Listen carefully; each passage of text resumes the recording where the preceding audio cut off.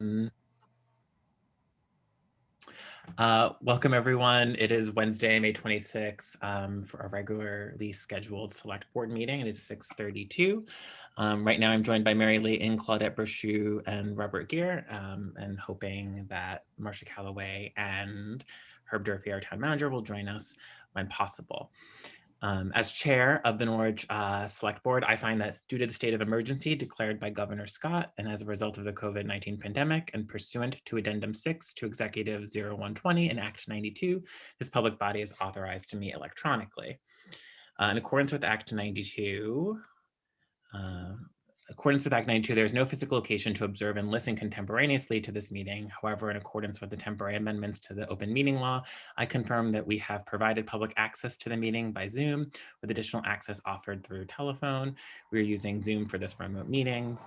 All members of the board have the ability to communicate contemporaneously during this meeting through the Zoom platform, and the public has access to contemporaneously listen and, if desired, participate in this meeting by going to raise your hand on the bottom of your Zoom platform, and if you're on the phone, please press *9 to raise your hand, and then when recognized, press *6 to unmute yourself.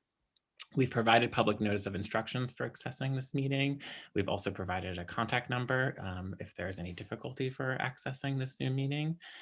And yes, all votes that are taken during this meeting and are not unanimous will be done by roll call vote in accordance with the law. Great. I think that's it. Miranda, you have your hand up. Yeah, hi. Hi. Pardon me. I wanted to relay to you all that Herb contacted me to ask me to extend his regrets. He will not be able to join us tonight. Okay. Thank you for letting us know that, Miranda. You're welcome. Okay. So, okay, the first item on the agenda is the approval of the agenda. And there's one agenda item that I would like to just discuss at a high level, if that's okay. And then I'll ask all of you. So there's packet material for the phase 2 PED bike grant for the Beaver Meadow Sidewalk project. There's a letter that is authored by me as part of that agenda item, but it is actually not agenda item. So there's packet information. It was intended to be an agenda item. Herb wrote to me on May 11th, letting me know. And then he's been away. And so it just unintentionally got left off. We do have a deadline of June 4th for that application. However, all board members very diligently in my alerting folks that this was unintentionally left off of the agenda, wrote to me, some individually wrote to me separately to identify some sort of process concerns that they had. And in my thinking, it is best that we actually take that up separately from this agenda tonight because we have a very tight agenda.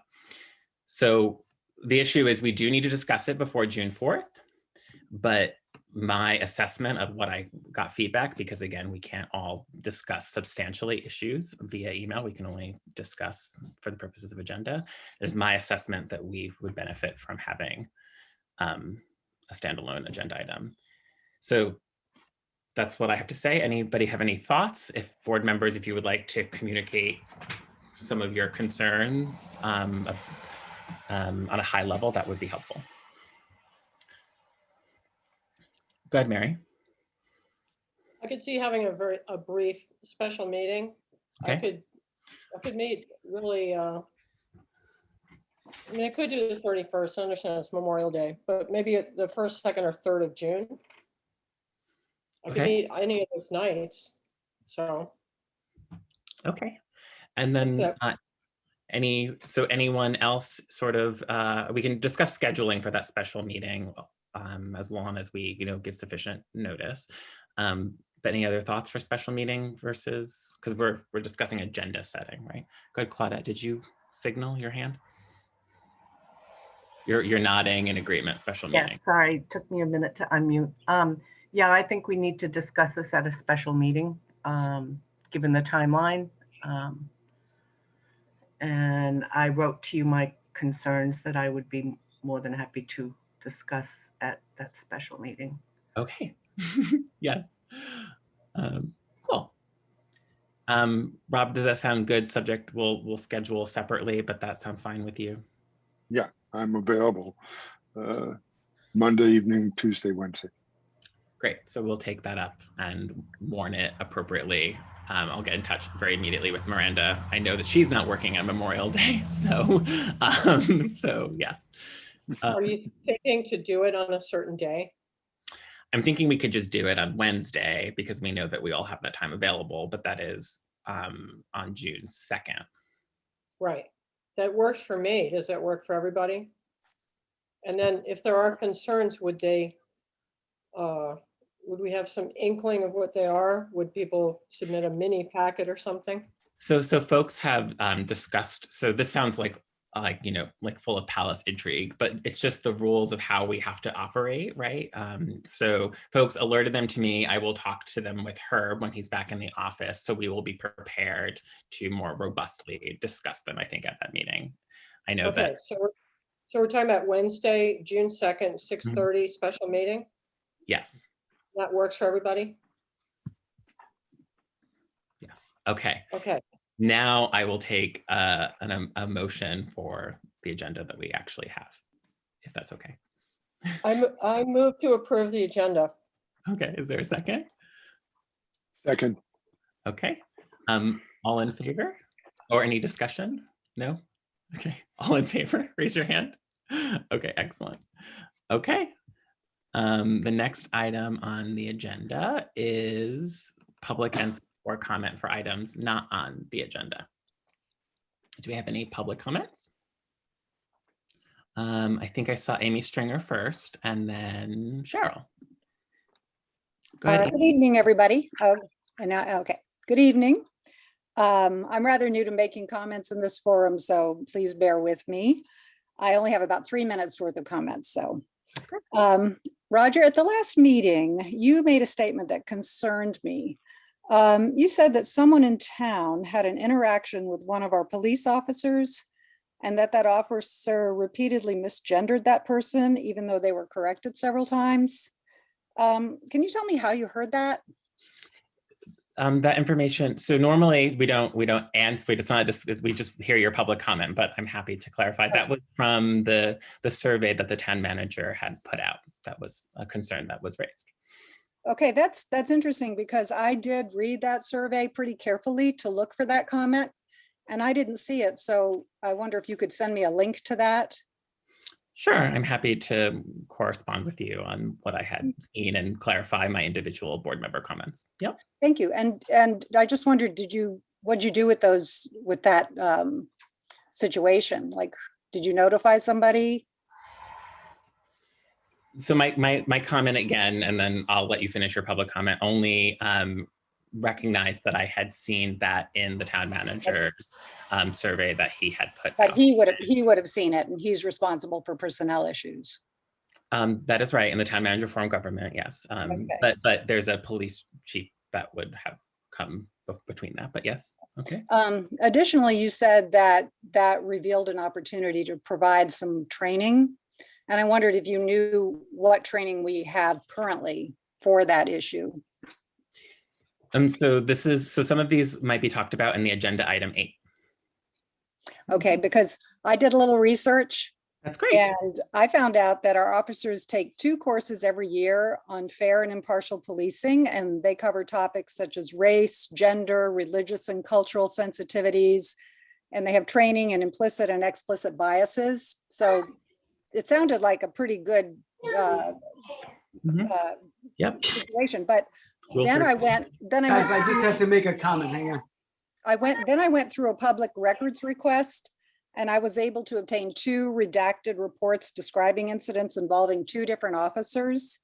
And these reports made clear that the officers were aware of and sensitive to the topic of gender identity, making clear in the narratives they wrote of the reports that they were using the singular they as requested by the individuals.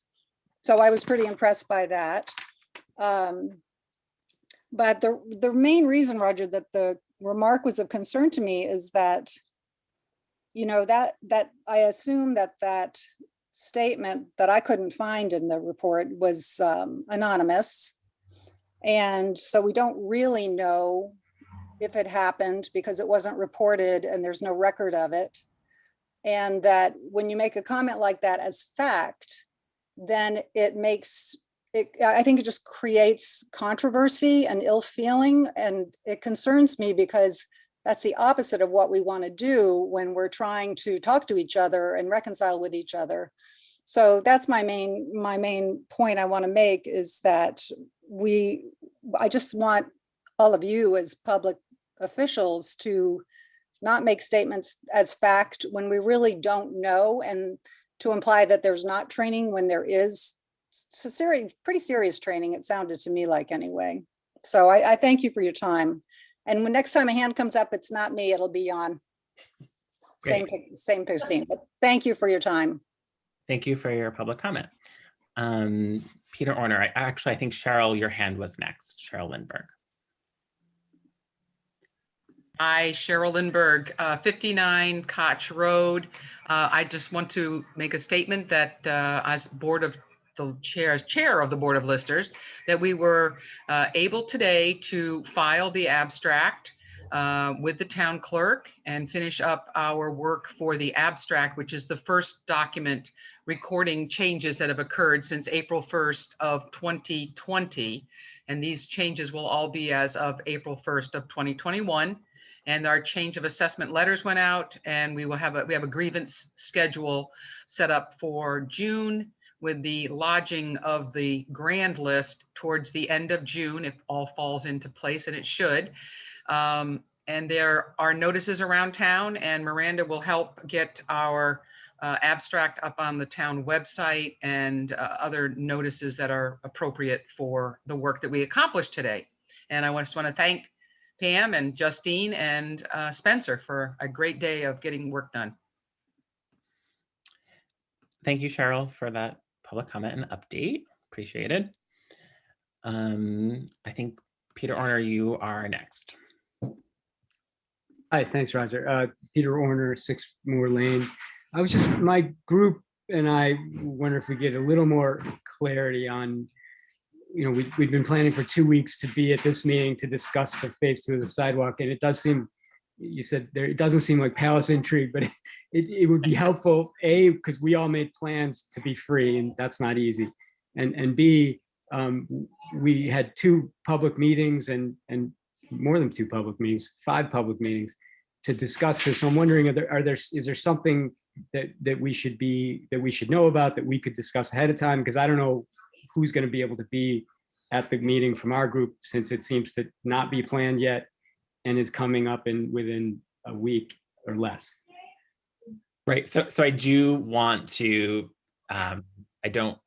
this wasn't an agenda item and I don't want to make it one, right? Oh, I hear you. But that's why I'm asking here. But perhaps I would wait. But perhaps in select board comment, if select board members feel to illustrate their high level concern, I would, that could be done. This is high level select board concern that is coming after the vote that we had. Is that, I'm just getting clarity. It's not a resident, it's somebody who's not on the select board. So I would like to finish public comment, and then Claudette Brochu is going to clarify one of her concerns, and then maybe that will be helpful for this evening, because I understand availability is important. Great, thank you, Roger. Your group and all working parents. Thanks. Okay, so the next is Jan, is that right? Yeah, and I just a question of process. I have a comment relative to the policing topic, but the more general policing topic. So I can either say it now or hold it for that specific agenda item, as long as there's public comment period during that agenda item. Yes, so this is public comment for items that are not on the agenda. So, Okay. If you plan to be here for that agenda item, then you can make your. No problem. I just wanted to double check. No, thank you we love process, so thank you. Okay, should we move into any more public comments? Okay, so Claudette Brochu, would you like to help us with the select board comment? Yeah, so my concern, sorry, I have to just silence that phone. Okay.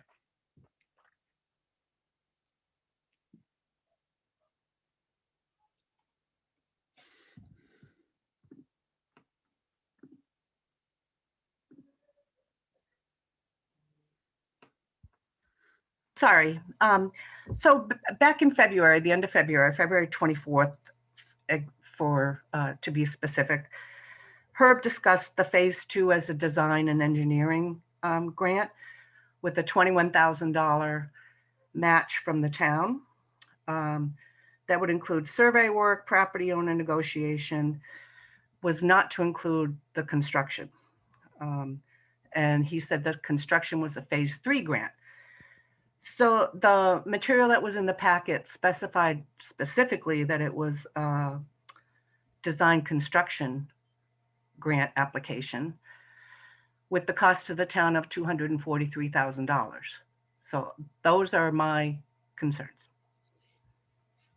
So I think the idea is we have given the authorization that may have made this sort of more rubber stamped. It's with the understanding of a different context. So that is one concern. There were several others. So we're just going to chat about it, and we need time to do it. And we have a really packed agenda, anywhere from policing to a major capital purchase to and performance chat, right, for our time manager. So I hope people can appreciate that we want to give it some seriousness at a future special meeting. Okay, so next on I hope that helps, Peter, clarify. It does, and frankly, my understanding was Charlotte's understanding. So yeah, great. So thank you. Thank you, Peter. Okay, so we're finally at the consent agenda. Is there a motion to? Is there a motion? I approve the consent agenda. Is there a second? Second. I think Marcia might be calling Claudette. So Rob, I don't know if you got in the message in the chat. If someone can look to send Marcia the direct link, that would be helpful. She has trouble getting in. Right. No, Herb's not available. So, okay, Marcia, I can give you the meeting ID. Is it 862-937-58694? That's it. I don't know what's wrong. I don't either. Can you call in by phone? Okay. So we have so Claudette, thank you, is helping. We have an emotion. Is there a second for the consent agenda? I missed if there was. There was. Miranda's nodding. Yes, yeah. Thank you. Any discussion? We're gonna pause because I think there might actually be some discussion from Claudette, but she is providing some assistance. So one thing I wanted to mention is obviously Miranda signed for Herb in his absence for the warrant. And so I think normally that would have been done by designated sort of acting, right? But I think normally that was performed by our former police chief. I think in the absence of having sort of an acting for this interim period, Miranda had signed. So I know that was someone had pointed, our treasurer had pointed that out to me. Very good process question. That is a good process question, and we will need to know who the designated person is when Herb is not available. That is a very important question. Mm-hmm. So I think obviously there's I think I'm seeing Marcia.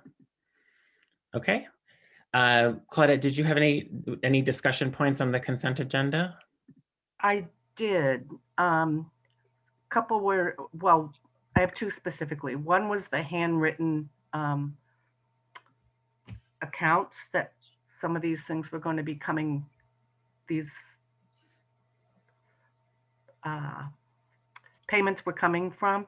And that seemed a little wonky to me. Mhm. And I would have liked to know why that was done. And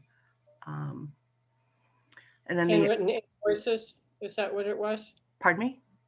Handwritten invoices? No, handwritten line accounts that Okay, the, um, okay. so that seemed a little odd. Then the final thing was there was a designated, there was some funds coming out of a designated fund that we had not seen. And it was the first item on the accounts payable, which had to do with, I think it was books for Bonnie, but we usually handle requests for money coming out of a designated fund to be a separate agenda item. And it may well have been the case that it was on the warrant and Herb may have made that request via the agenda, but we didn't have the opportunity to discuss that. So, but yes, absolutely, we approve designated fund spending separately. Has been a longstanding norm. So any suggestions on how, oh wait, Miranda has her hand up. She's gonna elucidate maybe some happenings. So with the handwritten line items, Claudette, Becky explained to me that that was because she ran the report, which is the warrant, then discovered the error. So after having printed the report, she did journal entries to remedy the mistake, to put the things in the proper budget lines.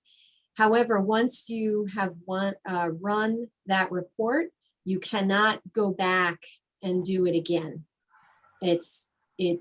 I don't know that, yeah, that's it.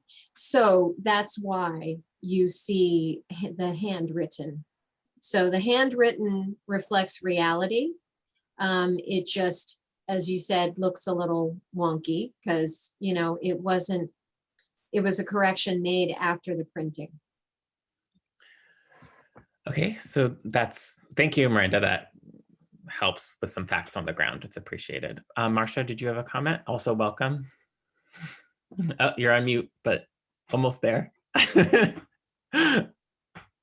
Oh my gosh. It's okay. I had to get it, my husband's computer. No. I apologize. No worries.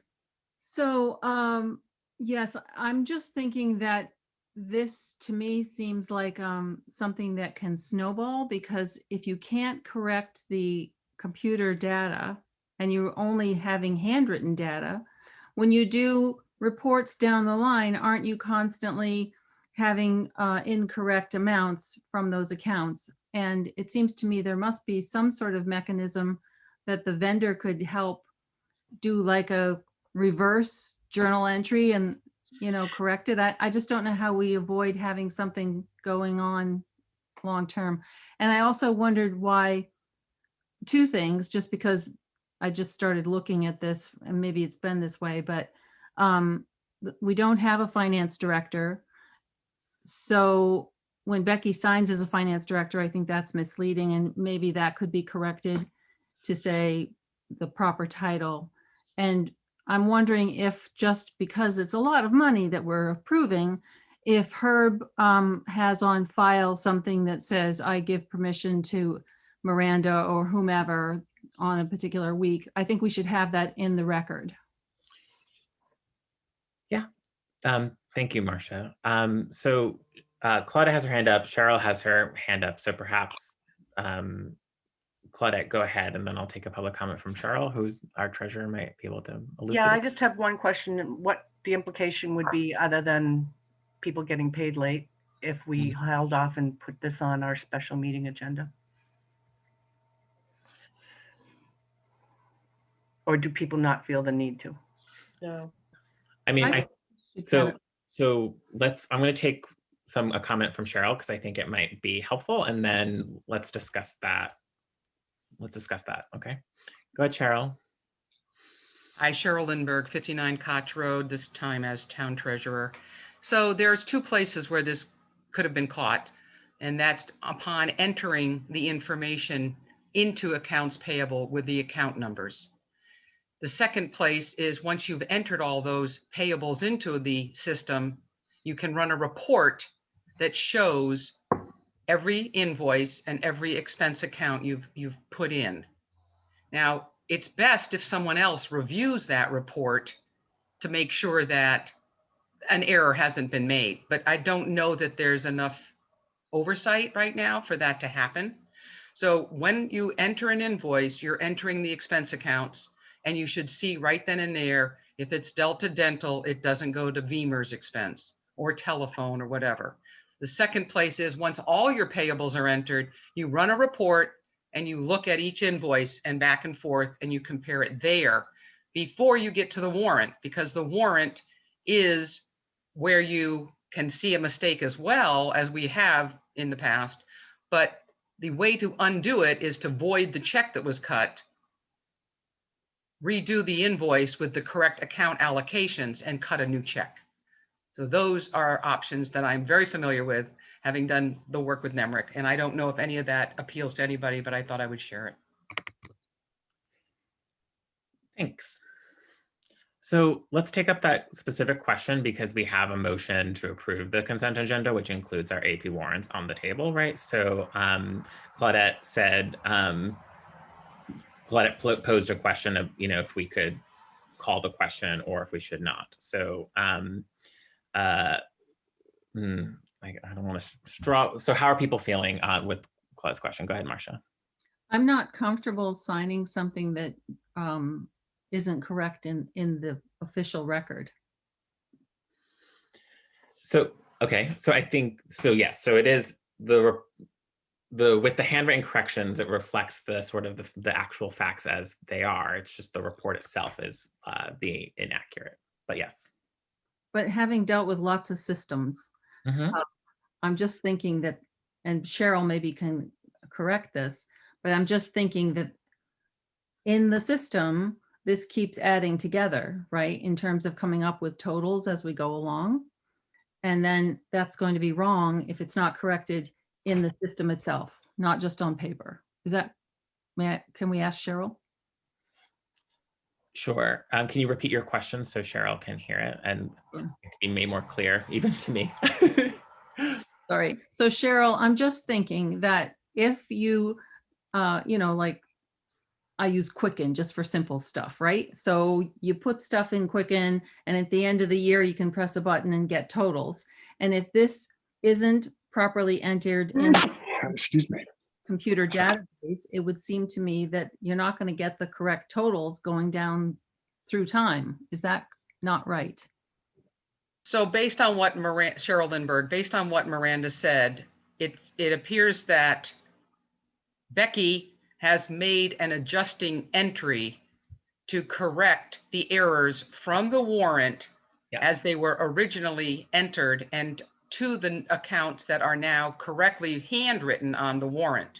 So therefore, the totals will be adjusted with this entry to reduce the expense that was incorrectly booked to and increase the expense that she's got handwritten on the document. I think, I would have to trust the situation. I would have liked to have seen a general ledger entry reflecting that transaction, and maybe the select board deserves that to show a correcting entry for those items at some future point. But it appears that the correction has occurred. Thank you. Yeah, and that was my understanding. For what it's worth, that is also what I heard from Miranda as well. It's so. Mary? I don't like the idea of holding up people's paychecks. So I would, although this is kind of a funky solution, I would tend to go with it and support the consent agenda. Okay, you may, so, okay, Go ahead, Claudia, did you have a comment? So I would also, so there's a couple of things that I would recommend that we could do, right? We could, first of all, the thing we're in the discussion period of approving the consent agenda. So we might have to make a friendly amendment if we want to do something differently about the warrants. But what we could do is there could be a motion that reflects that you would like to see what it is that you would like to see changed, and you could assign an authorization perhaps to me to then sign this warrant, right? So we can ensure perhaps in the 2 days before the end of this week that the fact that it's corrected in a way that is satisfactory, and then I could sign it on behalf of the board, right? Or we could approve the consent agenda and make the authorization and know that there's process matters to be aware of for the future. So that is what I think. Anyone else? Mary? I think we should, personally, I would support approving the consent agenda. I also think, just to Cheryl's point, that it's helpful to have a second person look over the work. It's just also similar to having a proofreader look. If you're writing in text, have someone else. And it just points up that I think Becky needs the support of another person in there to help her do her work. So I think we can get through this, but it's emblematic of the situation, which, we all know needs to be, rectified. Right. And for folks listening at home, there are a series of consultants that we have to shore these gaps, but they are obviously under the town manager's direction, and he was just absent for this particular week. So perhaps there wasn't a connection made between the consultants we have and Becky. But yes, I hear that, Mary. Anyone else? Should we call the question? Marcia, do you have some point you would like to make? Please. So I would agree with your solution to for you to sign it. I'd like to see Becky's title corrected, and I'd like to see something somewhere in the record giving Miranda permission to sign as the town manager. And then that's that issue. And then I apologize for technical problems I was having, but I was wondering, correspondence, have you talked about correspondence and pulling anything? We have not. Well, we're having we're in the discussion period of the approval of the consent agenda. Okay, so Okay. I would like to pull the Katuki. Okay, so we would need an amendment to our motion, a friendly amendment to our motion to do that. But first, let me just to close up the conversation, because I think we might need to amend this agenda. We might need to amend this motion. Miranda, and I'm sorry to put you in this difficult position, but because you are in the office, do you have a sense that that request might be able to be accommodated? Is Becky maybe taking an early weekend, for instance? Oh, sorry. I was trying to write something else down. What request is this? So should the board opt for these corrections to be made in the general ledger and to authorize me to sign? Do you think that would be possible? So are you looking for a? Sorry, go ahead. I'm just looking to know if Becky will be around this week, or if she plans on being. She will be here. She's having to do payroll on Friday. Okay. So her Friday is going to be pretty busy. And I don't know if you're looking for a completely typewritten AP warrant, I don't know that that's possible because of what Becky told me before. I have a really incomplete understanding of how NEMRIC works. Yes. But that was, yeah. And I appreciate you speculating with us, so and helping to fill in some gaps. So thank you. Okay, Mary, do you have a question or? No, we have a motion on the table, and I think you're proposing something else. Would you like to call the question? Yes. Okay.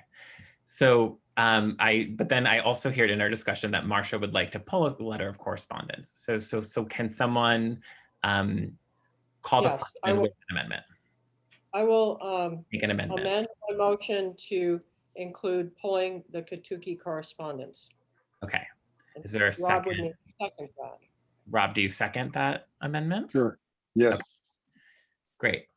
So now we are going to call the question to vote to approve the consent agenda, which includes the AP warrants, and also pulls the Katuki letter. Okay, so that's the motion. Right. So I'm going to call that question. All in favor, please raise your hand. Okay, roll call. Mary, how do you vote? I vote yes. Rob, how do you vote? Yes. Claudette, how do you vote? Abstain. And Marcia, how do you vote? Yes. And I'm a yes. Okay, thank you. So now our letter is pulled. Marcia, what would you like to talk about with this letter? And did you note that there was a response to the letter by our planning director? Yes, Okay. I did. And I'm just concerned that since we've been on notice since 2015, the date of the Reed versus Town of Gilbert case, and the VLCT has made recommendations about amendments, that we've now got an unconstitutional portion of a town ordinance. And, you know, the content-based speech doesn't survive the strict scrutiny analysis of the Supreme Court as to free speech. So I think that the zoning administrator and planning commission are too busy to correct the unconstitutional problem. It puts us in a very difficult situation as a town, which would have to potentially defend that undefendable thing. And I think it's important to know that any person or body, other than the planning commission or whomever, can propose an amendment. And an amendment is just simply can be as to one particular thing. So it's not huge, but I think it should be done. And so I think, you know, the select board could do it. I could do it. Mr. Katuki could do it. It would be reviewed by the planning commission, and it does not extend the life of the plan at all because an amendment doesn't. Readoption will extend it, but you can't do it with an amendment. So I don't think it's doing us any harm, and it would only help us in the long run. Okay, Mary, go ahead. I just like a little clarity from Marcia. So if the unconstitutional aspect is to a zoning regulation, then would the proposed amendment be to a zoning regulation? And what would the mechanism be for correcting that? It's actually an amendment to a town plan, which is the same process that you go through when you do a town plan, but it doesn't obviously have to be as big because it's only as to one little thing, but it still has to go through the same process. So The same process of public hearings and so forth. I believe so. So Maybe this could be an agenda item. right, so I would like to maybe make that suggestion, Marcia. You sort of volunteered some labor in your discussion here. So I'm wondering if you would be willing to put together a memo for us, and we could take it up in our discussions, our agenda setting discussions. Yeah. Okay, and Claudette has her hand up. Yeah, I don't know why we just don't plain old direct the planning commission to do it. Yes, and so I think we would Direct them to. That is an option. And so I think in my future Trelloing, there is a space to, have them come to one of our meetings and report on some significant happenings. There's at least one recent recommendation from them that we have to take up, right?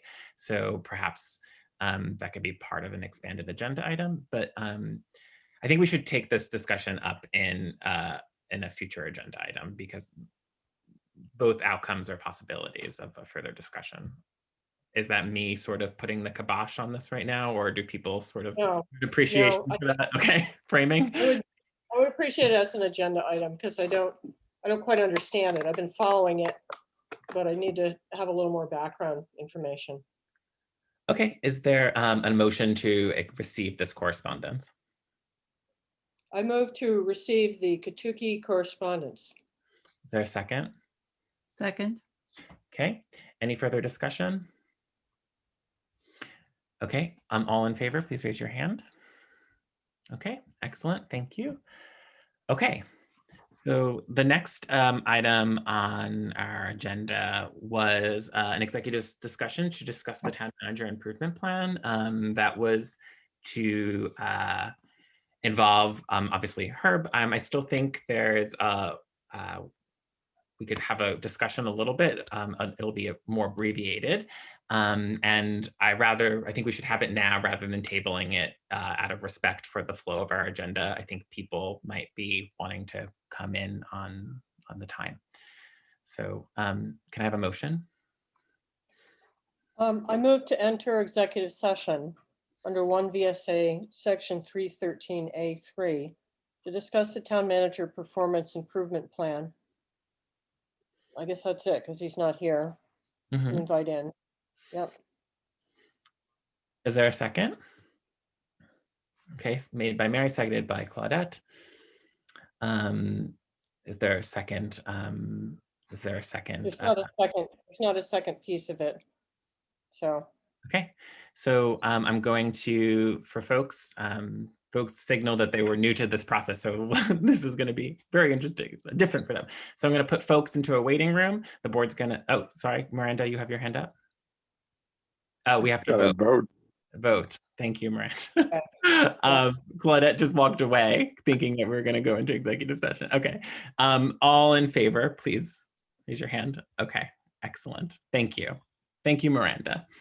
Okay, so I'm going to put folks into a waiting room, as I was saying, and then the board will have their executive session, and we will do that. So thank you for everyone's patience. I'm going to slowly do that.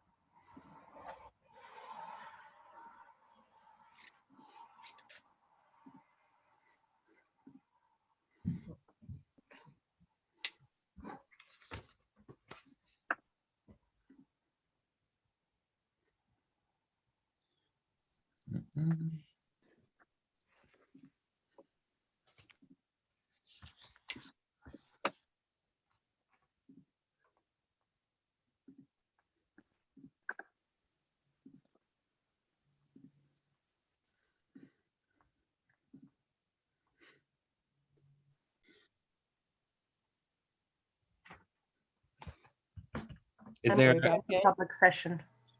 okay, Claudette moved to enter public session. Is there a second? Very good. Seconded by Rob. All in favor? Raise your hand. Okay, thank you. We're now back in public session. Okay, the next item on the agenda is the town manager report. I believe we can table this by consensus. Yep. Okay, being heads. So we tabled agenda item 5 by consensus. Okay, operational plan for 21-22. So, okay, so we sort of we've been talking about our goal setting for a couple meetings now, and Marcia sort of agreed to help us express all of our conversations in a document. And so it wasn't in the packet, in part because it is so robust, and Marcia was working on it for the full week. So we're going to share the screen maybe, and we can talk about the document a little bit, and maybe we can offer any kind of suggested amendments and ask any questions and what have you. So should I share my screen, Marcia? Is that helpful? Okay. Yes, please. And Okay. offer my apologies to everybody who didn't get a copy of this. But it'll be in the next week's packet, right? Or the next meeting packet? The subsequent packet, I think, is the subsequent packet of the next regularly scheduled meeting, I think, is how we, the language, right? Okay, let me find it. And then, actually, it was not part of it, so I'll have to bring it up. Okay, sorry, I'm looking in the packet, but I just talked about how it wasn't in the packet. Okay, do you want to start sort of introducing it while I load it on the screen, Marcia? Sure. So the background is that at a special meeting that the select board had on May 5th, board members had submitted their views for priorities for the quote capital budget. And then during the course of that meeting, we decided on 4 things basically that we found significant enough that we wanted to call them operational priorities for the coming year. One of the things that sort of interjected in this process was that while working on the master financial plan, and particularly the capital budget and program policy, I realized that the statutory authority for that was all referencing the municipal plan, being the town plan. And that's what I'm calling the new information.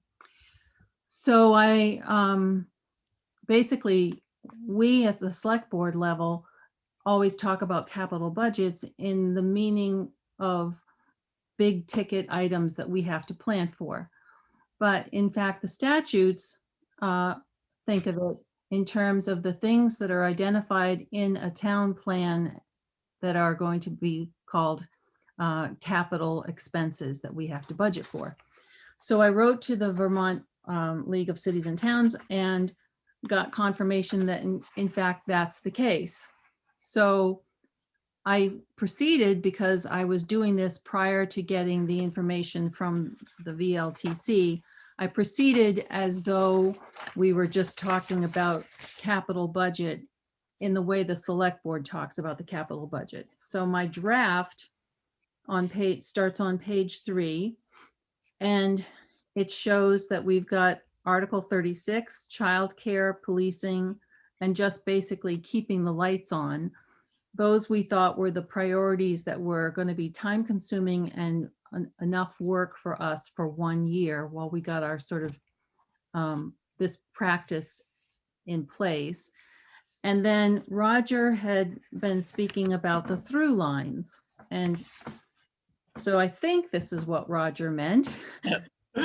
So basically I defined the through lines as I understood them to be the board having an overarching operational plan that's going to filter down through all of the town, which would be through the other administrative and other departments, as well as boards and commissions and committees and whatever.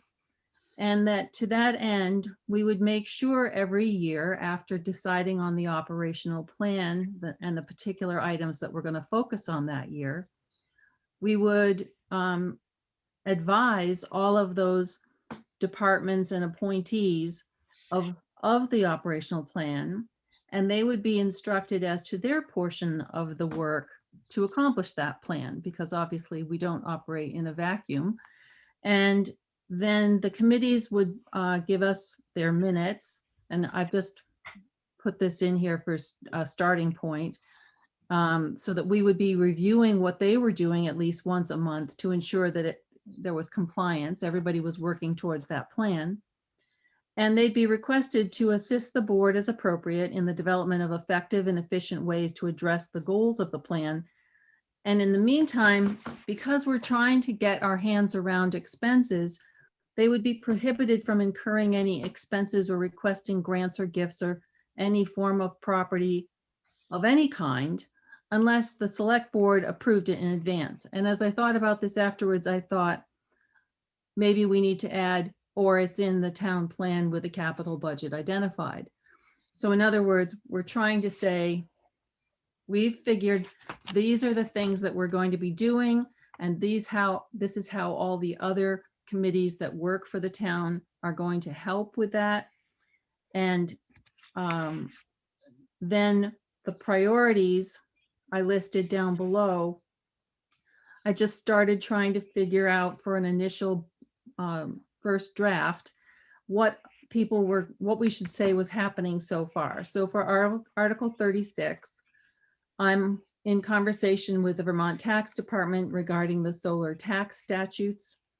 And the Board of Listers should probably be consulted to determine the effect on the grand list, depending upon the information confirmed by the Vermont Tax Department. And the Select Board would then be able to consider how and whether to implement any legally allowed tax reduction policies, applications, and plans, because that's all got to be figured out based on what was voted and what's allowed by law. And then childcare, we've had an initial report and we've requested more work, which is in progress. And then we'll know the further actions that needed to be taken once we get that information, and we can proceed from there. For policing, it was my understanding the town manager is investigating the union issues, which could impact various terms of employment for another officer. And the Select Board was expecting a meeting, an update, and I put May 28th, but I think I meant May 26th. The Select Board members were going to write a memoranda for the board meeting, which we did. And then the Select Board is going to be crafting a process for community engagement in the process so that we can figure out how to provide safety and security in Norwich and address all the needs and concerns of all the residents. Right. And then keeping the lights on, I think we need to review the accounts for the town funds, make necessary changes in fund accounts if any need to be made so that we reflect statutorily defined municipal funds, endeavor to understand more fully the current and routine operating expenses. And to that end, I've mentioned that we're going to be logging all the documentation that's gathered in the Trello database so that it's centralized and accessible. And then we're going to endeavor to discover and understand the future large expenses. And again, that kind of information has been or will be requested from the town manager and the department, and that will be logged in Trello. So that's my first. Oh, and for an addendum, I just put in the structure of accounts as they're indicated in the statutes. And there it is. Yeah. So I stopped sharing just so we can see each other. I have a couple of thoughts on Article 36, but I want to hear from other folks. Thank you, Marcia, very much for this work. I think this is actually really helpful. What do other people think? Any questions or thoughts? Mary? I really like Marcia's memos. I think they're a great Yes. draft for our thinking. And thank you, Marcia, for putting this together. And I like the idea of an operational plan. I sort of think of it as our goals for the year. And I think that, the goals to me seem like reasonable because we only have a certain amount of time before we get into budget season. I'm probably going to push back on reforming the accounts, at least this year. And also that just in thinking about, I want to circle back in June to the our debt management, and that interacts with the section about understanding our large expenses. And I've been thinking about this a lot because, and I think Roger has alluded to this, we do have a system of funding through these designated funds in order to try to avoid debt. But I'm seeing even, and I think the very well prepared fire department presentation, that in spite of those good intentions, we often do not fund those designated funds at a level that will adequately result in the capital amounts that we need. And I'm wondering if there's a psychological effect when in budget season, for instance, I think the budget that Herb had presented last time was a 20% increase. And I think he was perhaps thinking of these designated funds that have been underfunded for a few years. So I think we're going to have to figure out what is the real cost of funding our capital needs through designated funds? And are we going to kind of hit a cliff because of other expenses like healthcare that go up and up and up? And with 87% of our budget is personnel, those costs are kind of pushing us away I think, from being able to have a sensible method of having a designated fund means of funding. And if we can't do it that way, then we get pushed in the direction of debt. So that is going to be part of what I'll be discussing with Marcia when we're kind of trying to hash out what is a good debt management policy. But I think just as a larger concern that, well, how do you, when you have your budget, what is a reasonable percentage that the taxpayers are going to be willing to pay? Let's say it was 4% last time. Well, what are you getting for that 4%? Maybe you're getting your healthcare is taken care of, but maybe your DPW and your fire trucks are getting cut way back because we can't keep up with the designated funding that we had thought we could do. So I just wanted to throw that into the mix. Thank you, Mary. Claudette? Yeah, and I think a whole part of that is getting a very good grasp and understanding of our capital needs. Mhm. So, there's been the talk about, well, we don't need 4 cruisers. We only, cut it down to 3, but we still continue to have 4 and we still continue to throw money into the 4th. And, and the whole, really an understanding of what we need for DPW equipment, for police equipment, for fire equipment, and the replacement schedules, and keeping in line our Article 36 task force wanting to go electric. So I think the first step is really understanding, really having a needs assessment of what is needed to fulfill the tasks that we as a town are asking these departments to do. Marcia, go ahead. I'm going to say something that may sound really crazy, but I think Ooh, more provocation. Yes. I think that what the statutes intend is that you say, we, as Claudette said, we need to find out what the capital stuff is. So we say, all right, we need a new fire truck. So we take that and it gets put on the warrant. And we say the fire truck is going to cost this much money. Do you want to vote to have a fire truck? And that's how you do it, rather than we have money in a designated fund for fire trucks, and then suddenly we don't have enough. So I think it's maybe got to be turned on its head. I don't understand that, Marcia. I mean, you're saying that we just get to the point where we need a fire truck and it's going to cost $500,000 and we put that on the warrant. Is that what you're saying? I think that what we have to say is we are going to need a fire truck in 2025.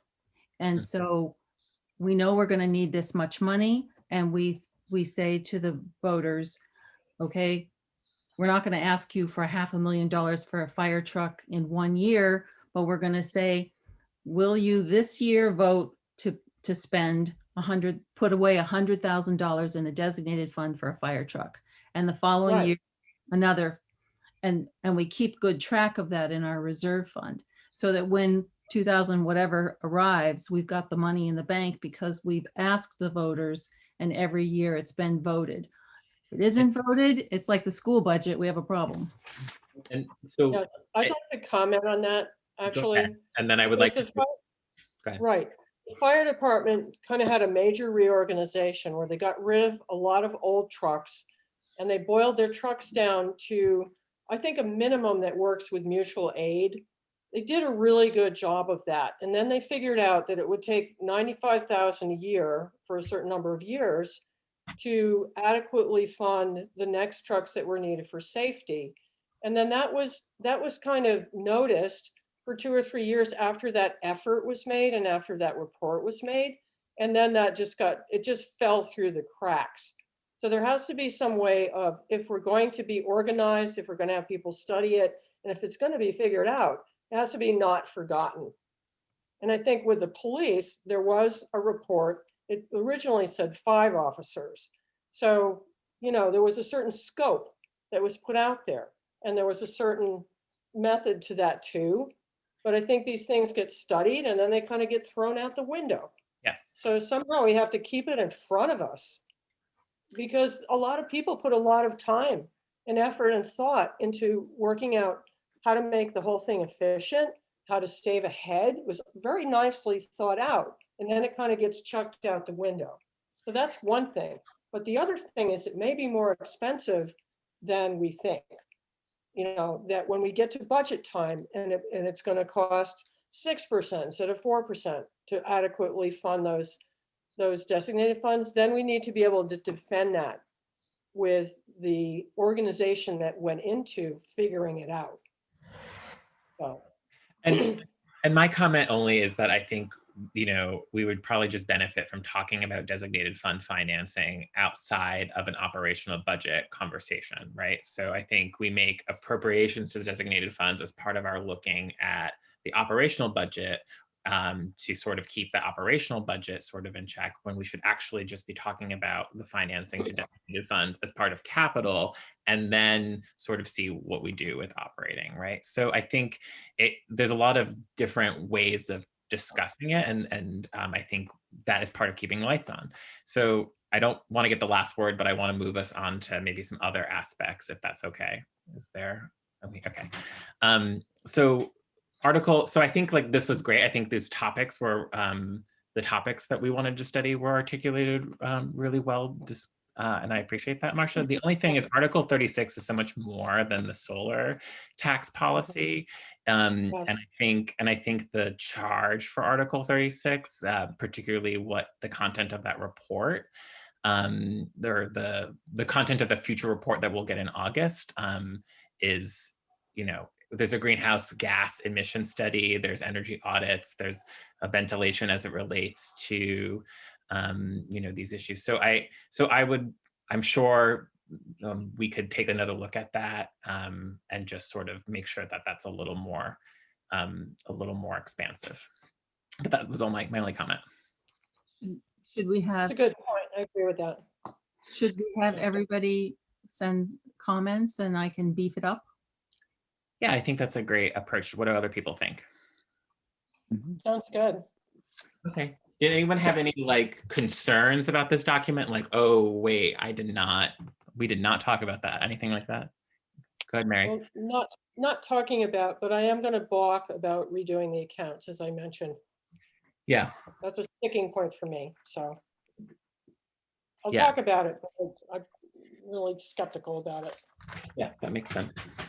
Rob? And I worry a little bit about the granular detail that we're getting into and whether or not we're micromanaging the town government when it should be the task of the town manager. Much of it, not the larger policy settings and overall balance of these things. But so you mean maybe the through lines you're talking about, sort of the details in these through lines? yeah. Yeah. Marcia, did you have a comment on that? So we can just stress that the through lines are as to the operational plan only. Yeah, and I like the idea that they're almost an invitation, right? Like, this is what we're working on, right? And obviously it requires partnership and conversation, and it would be hubris to assume that we're taking on Article 36 ourselves. So we inherently have partners in that, including we won't make much progress in our goals. So, it's not a directive so much as an invitation and a request for our own work, which I hope they would meet in good faith, but also if maybe it's a different culture and that I'm not aware of and they see it as something different. But I appreciate that point, Rob. Go ahead, Mary. I think on the through lines, I think we could let people, our commissions or committees know what our priorities are. But some commissions and committees is just kind of not going to be relevant, like the Conservation Commission, or, that maybe, I'm not sure that every through line that we think of will sort of be relevant to every committee. And also, I think it's good for them to know what we are thinking of working on. But I don't think we can kind of direct them to do something that's kind of not not really what they're working on. You know, like what Conservation Commission, what do they have to do with? Well, maybe they do, you know, in some way. a little bit. Okay, I'm seeing it now. I have to talk it out, but okay. Yeah. You're But it just felt a little bit kind of top down, but I see how it's going to work. I see it Yeah. now. Okay. Go ahead, Claudette. Yeah, I think probably every committee and commission in town will be touched by this in some way, shape, or form. I think we just haven't thought of all of those ways. Right. Good point. So we're about 5 minutes over. Is it okay to sort of move on? There may have been an emotion on this, but I think we could potentially take up that emotion of affirming after some more fine tuning. So Yes, that sounds good.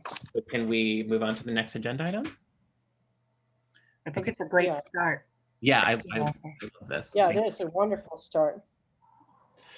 Okay, so the next is the fit up cost of the 2021 Ford F55. I think it's F550. I think that's what the Yep. truck people call it. Can we begin with a motion? Yeah, I'll do it.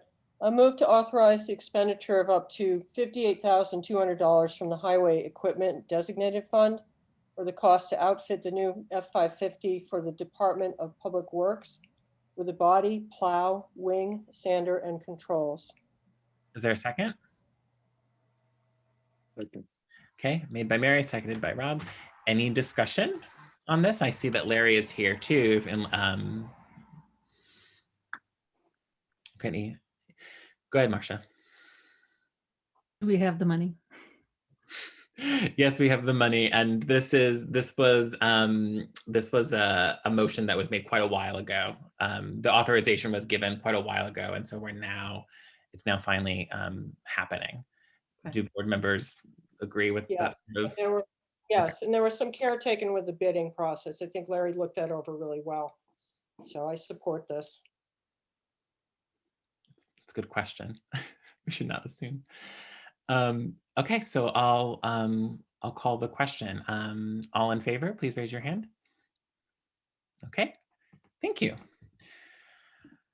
All right, so now we have a break for 5 minutes, but we have a break until 8. So how about 8:01, and then we'll come back to discuss agenda item 8. Cheryl has her hand Oh, up. Cheryl, go ahead.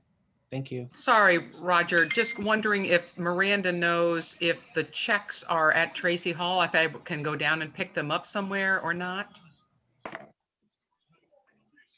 Miranda, would you like to answer that? You're on mute, but I think board members can take their break while we answer this question. Yeah. Oh, okay. Yeah. I think that they are, Cheryl. I think that they were put in your mailbox. Okay. Thank you, Miranda, for your. All right. So 8:01. 8:01, Right? I'll be back. Okay. We'll take a break now. Thank you, everyone. See you at 8:01. We're resuming the May 26th Select Board meeting at 8:02.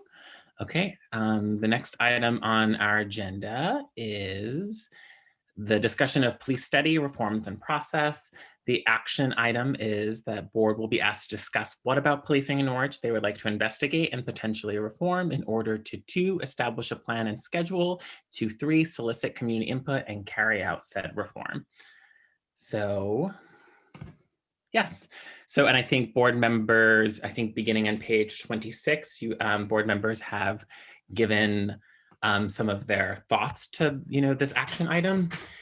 And I will like to express appreciation for the different ways that people have approached this complex issue in response to some community input that we're hearing. In brief, like Mary asked a lot of questions. She literally asked really good questions. Claudette identified a problem and posed a solution. I took on topics and then addressed bullet points to perhaps address these topics. Marcia took a 3-part approach to the question, what you're hearing, what you're reading, and did a deep dive too. So I appreciate all of the different entry points people took for this, and I think it's important to note that. So where should we begin? I would like to actually begin with board conversation. And I think that's a good place to begin. So it's 8:04. We'll talk about this for at least maybe 12 minutes, depending. Board members can comment on their own thinking, but I also invite board members to maybe comment about where their thinking may have intersected with something they heard or read in another board member's memo. Like, what did you think there was consensus on? Maybe a good question, since we're trying to get towards consensus. You don't have to answer that question, but it would be great. Go ahead, Rob. Everybody agrees that there has to be a committee with public input as to what sort of action to take. That was very clear. The logical conclusion of that would be that any decisions or the primary desires that come out of those meetings should be, we should be held accountable for enacting them. Okay. Any other thoughts about what you read consensus on? Anyone? Thank you, Rob. Go ahead, Mary. Well, I'm pushing back a little on the consensus Okay. because I do think we have, a bit of a difference of opinion perhaps on the board, in that I did appreciate that, Marcia said, hire another officer. So I've been thinking all along that, the police could be part of the conversation. I think that's maybe part of our point of view that's very different. Maybe that's, something that would need to be worked through in order to have consensus. I do agree that we need a public conversation. I noticed that Marcia's proposing an advisory committee, and I had proposed panels. I'd kind of like to hear from others about what they think about a process to have some community conversation and also to bring in some knowledgeable people to talk about different aspects of it. I'd just like to hear from others about the mechanism of how that could take place. So thank you, Mary. And the one thing I will push back on is normally we talk a lot about process, and process is a great place to begin. I think it's really, really important that we talk about the content at this point, and then develop a process for that content. So what it is that we want to reform, what questions, more towards the spirit of your memo, what questions do you think should be prioritized? I think we really need to determine what the reform should or should not look like before we get a process. I think, yes, I'm noting advisory committees, Okay. and I think, but I really think That's more specific, I think, idea of what to talk about than consensus. So I understand what you're saying. I think that's probably wise. Okay. I will just say that my beginning sort of salvo is, if it's possible, can we expand our idea of community so that it includes people that have been historically and at the present time marginalized and not treated equitably by police? So that might be too idealistic, but I would like to see that. Okay. So I wrote conversation or some kind of output where community, where a definition of community includes full representation of diverse voices, or including marginalized voices. Yes.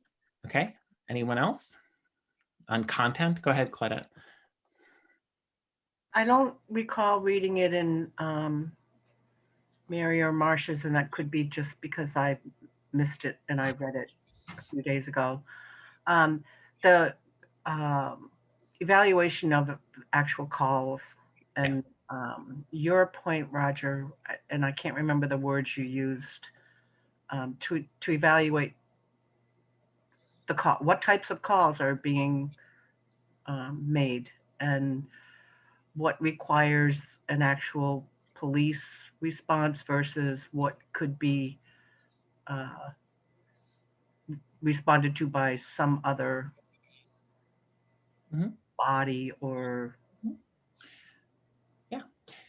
person.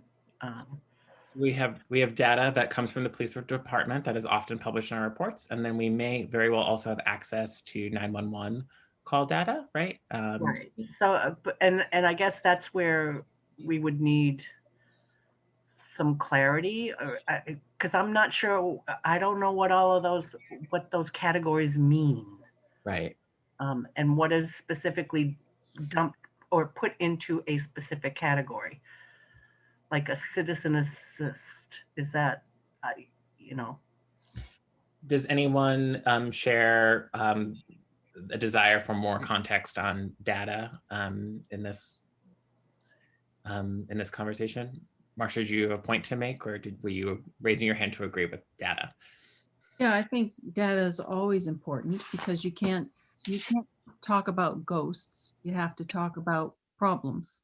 And so I had cited to somebody, I thought it was to this group, or maybe I just made myself a note, but there's a Vermont there's a justice something or other center. Yep. And they've got all that data on the traffic stuff. They may have other data that's reported by our officers. And I think what bouncing off that, I think the content I'd like to see is, how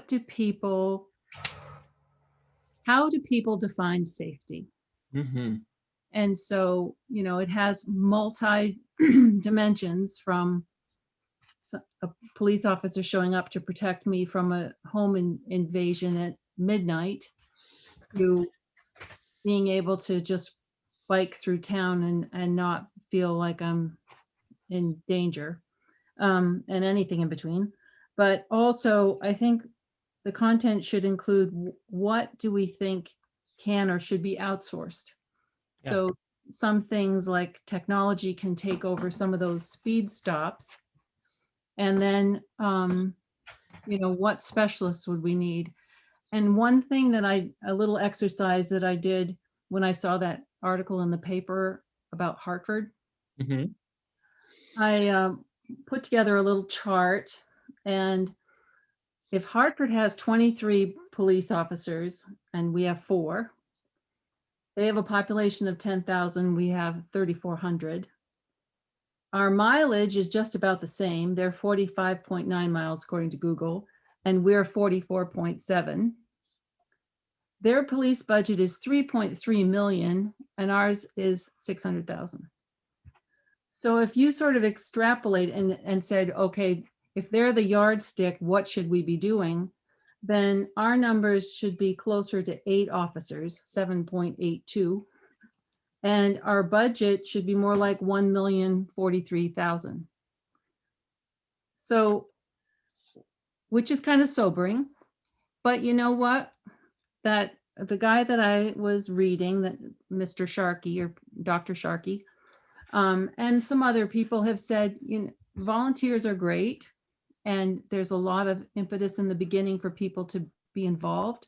But the only way things can be sustainable is to pay for it. So if we said, okay, maybe this committee says safety means all of this stuff, and we think these things should be outsourced, maybe what we're looking at is we need to pay officers as well as other people who are professionals who can respond to certain things.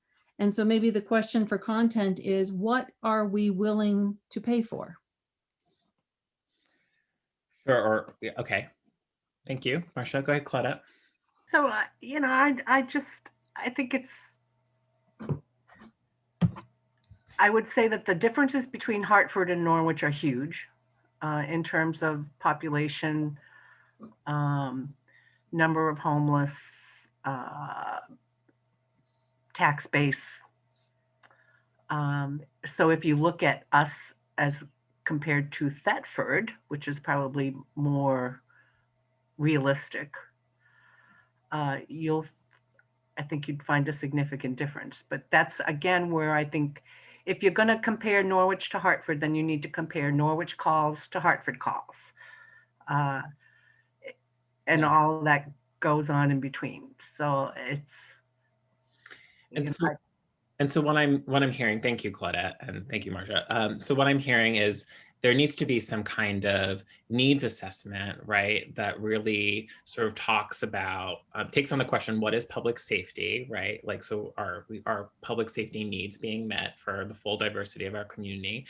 And then do we have, as a small town, have the capacity to meet all of these public safety needs? And then what are we prepared to answer to if we're not, right? So I think, you know, when we're talking about something like behavioral health needs, right, and sort of emergency response, we know that there's, of course, a need in Norwich, but there may very well be a small need, right? And so if there's a small need and it's a matter of scale, like, can be scaled down, right? And can we solicit that sort of professional services? Or is that an example of regionalization?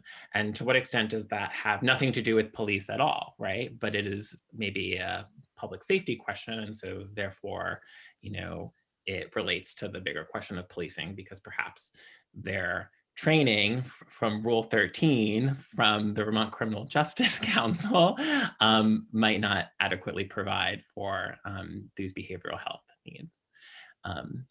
So I'm offering that as a reflection, like from what I'm hearing from you, Claudette and Marcia, like some kind of community needs assessment, perhaps with the public health lens.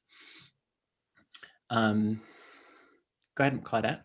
the other thing I know you and I both spoke to, and I don't recall if Mary or Marcia did, was the need for when we get into community engagement to have this as a facilitated, that it must be a facilitated discussion.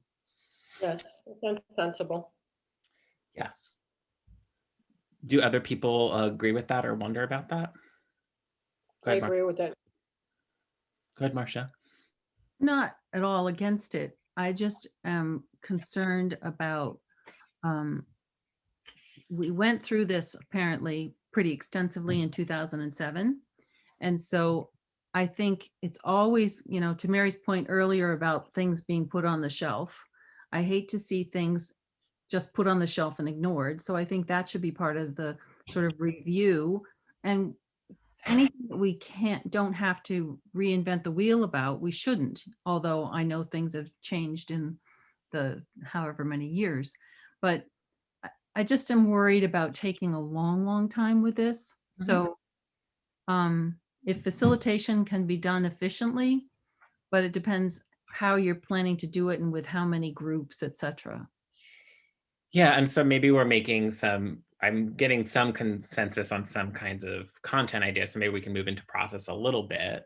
To which I would say, like, yes, right? Like, you know, we don't, I think, what is it that you want to ask people, right? So I think what does public safety look like? What do you need to feel safe in your community, are very broad conversations that lend themselves well to facilitation. But I think, you know, I think you also need to provide opportunities for people to learn more. And we also need to learn more, right? If we're talking about behavioral health needs or a public health commitment, we need to know more about that, right? And what we can, if we need to make meaningful relationships with some of these agencies that we fund every year, or else if perhaps the department already has these meaningful relationships and they can speak to them, or else maybe it's a matter of like creating that infrastructure for ourselves. So like, I think Mary and I said it, that if you have separate meetings to convene folks to hear some expertise, and then perhaps in what I heard from Claudette on facilitation, maybe if you follow that up with an opportunity for facilitation of some of the issues that were raised in those convened panels, then you're providing both people an opportunity with information, and then also an opportunity to, like, you know, have a facilitated dialogue, right? So so I wonder about that model as a process point, but I'm speaking a lot, so I'll stop. Go ahead, Claudette. To me, it all gets down to the data. What Yeah. is the call date. What are our officers being asked to respond to? Right. And how much of that is something that should be handled by Mhm. a non-police person? Yeah. Um, Go ahead, Mary, and then Marcia. I agree with Claudette, but I think there's I think there's other issues that it might not come through in the call data or the reports that police give out, that there may be incident where, or just a feeling by people, let's just say from a marginalized group, that perhaps they have an inherent distrust and they feel uncomfortable, and it sort of doesn't come through in a police report. I think you have to have the point of view of people who, are just coming from a different vantage point than the police. I think you have to have other input in addition to what the police bring forward, because they also may be, I'm sure they're operating under some kind of framework that's their training and the Vermont statute and, what they are supposed to deal with. But there can be other concerns that need to be heard. So there needs to be a way to do that. I don't know exactly how, but I think maybe panels might help us know that. Yeah, and I think, and I'm sorry to interject, but just to follow up quickly before I forget, Brattleboro, when they sort of took on their policing city, they had this tracer methodology, right? That asked questions about how data was characterized, so they would understand more about the call. But I think what you're gesturing towards is just, lived experience is not necessarily captured in a data point. And I think what we've heard from the public is that people's lived experiences needs to be more centered in any kind of policing or public safety model. And perhaps they need to be part of the conversation. Yeah, and go ahead, Marcia, and then Rob. But perhaps the stakeholder questions of one-on-one sort of questions could maybe get at that, could become a form of data. Go ahead, Marcia. I also think the content should include information from the police, because we need to know what happens on the ground. I know from personal experience with stuff that you don't always know what's going to happen in a given situation. Mhm. And so time can be of the essence. And, if somebody gets a cold call, they don't necessarily know that they need a facilitated expert in X, be it addiction or mental health or whatever. So that puts the police in a bad situation. And conversely, you can't send people with the wrong skills out to a volatile situation. So I would like to have some content from police. And I also think it would be interesting to have content from some other communities who've tried this sort of thing. And I was thinking Brattleboro and Burlington were mentioned someplace. Mhm. Yeah. Go ahead, Mary. Oh, sorry, Rob. Sorry, Rob was next. Sorry, Rob. Go ahead, Rob. I think that whatever we decide has to be data driven. And so we need as much data about what has actually happened in Norwich, what is happening in Norwich. But we also need somebody who can interpret the data with some accuracy. A domestic dispute, if it's down in the police record as a domestic dispute, that doesn't tell us too much, except there's interpersonal problems someplace.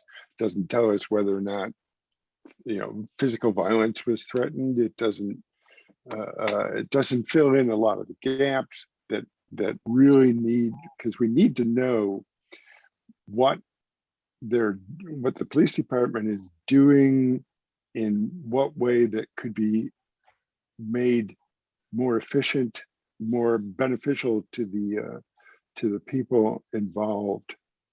And it may be adding somebody with psychology as a background with going out on a police call. but there are a lot of issues with trying to figure out the timing of that.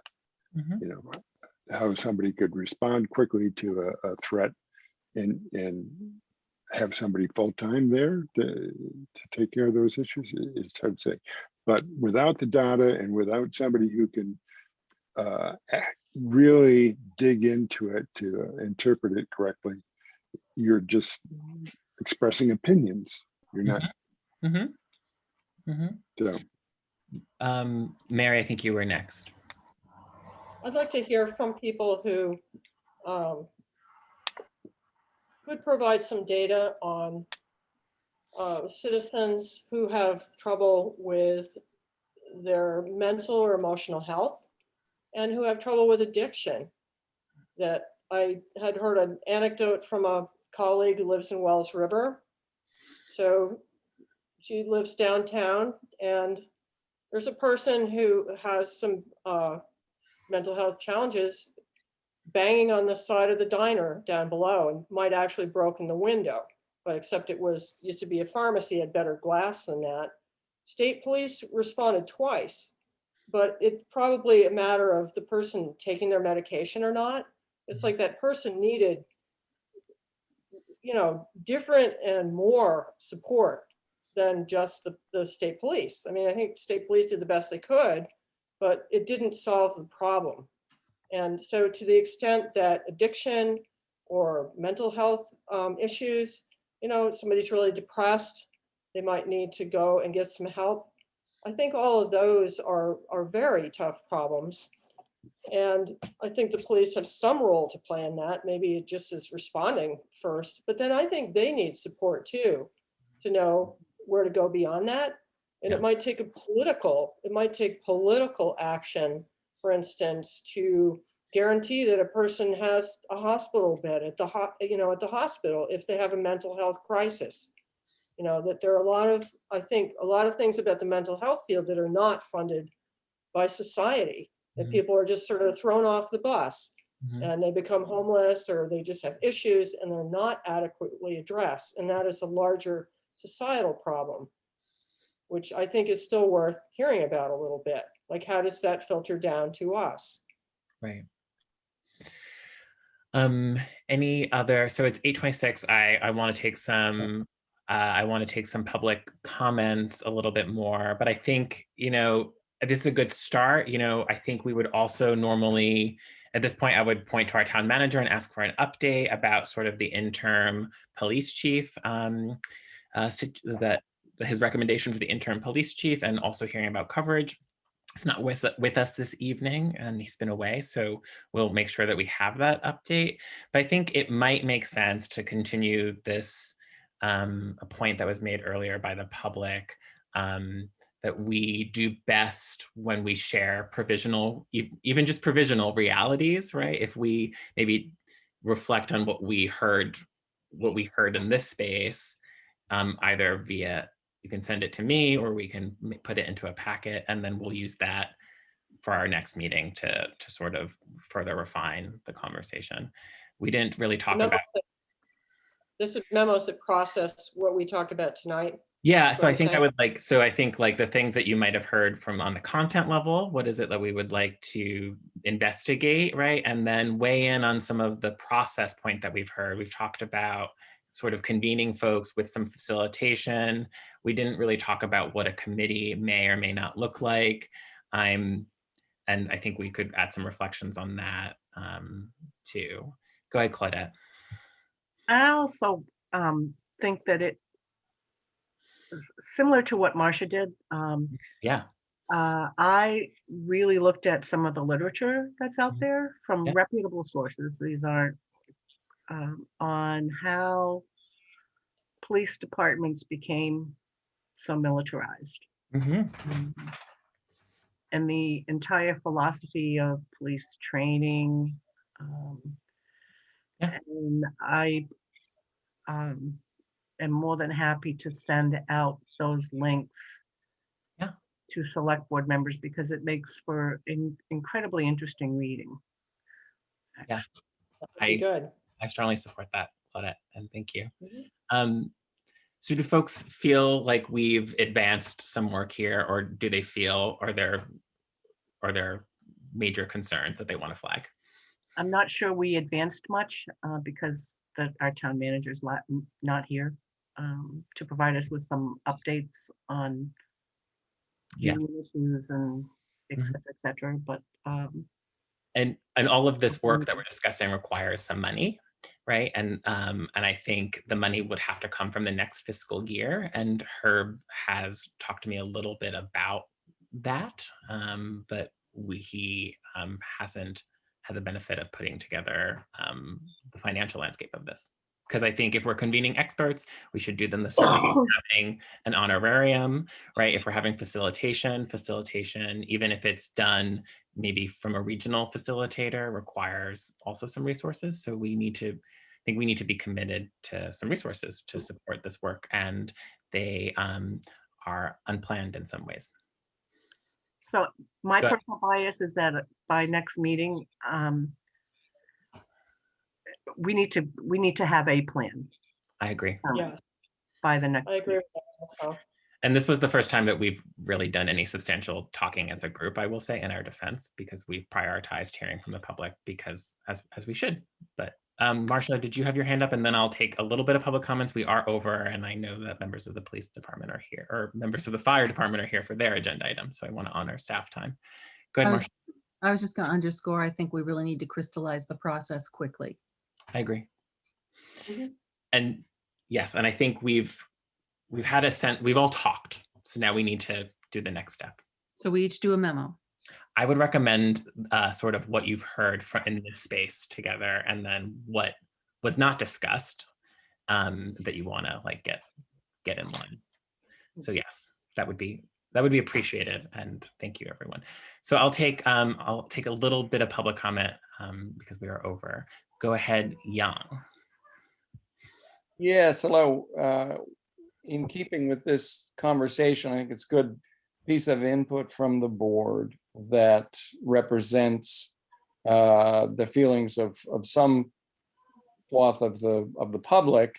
We have been having conversations, and without too much work, got 30 people who were willing to sign this short statement. And what we'll do is we'll send it in with the names and the addresses for the next packet. But I just wanted to read it. It's very short into the record because it's I think good input for what you were just talking about. So it's to the Norwich Select Board and Town Manager. We urge you to reconsider your decision to effectively reduce the police force and postpone hiring a chief. We ask that you keep the 4-officer, including chief model we approved in March at the town meeting, and hire a new chief as soon as possible. We understand that some in the community would like to examine our current policing standards, and we support that effort, but we believe that is best accomplished with our full force in place. So as I said, we'll submit the names that go along with that, but there were, without putting it on the listserv or anything, it was 30 people that wanted to sign that. So just to put that in the record. And thank you, Jan. And I appreciate the level of discourse that this community has put forward through the channels, the sort of the public channels that our governance has. There was some discussion on the listserv, but people have organized and written to this board in multiple petitions, I believe. That is what we need, and that is respected. I appreciate the commitment to keep it away from a cultural war conversation. I'm really proud of the town and everyone. Any other public comment, or can we move on? Yes, I don't know how to do it. Go ahead, Charlotte.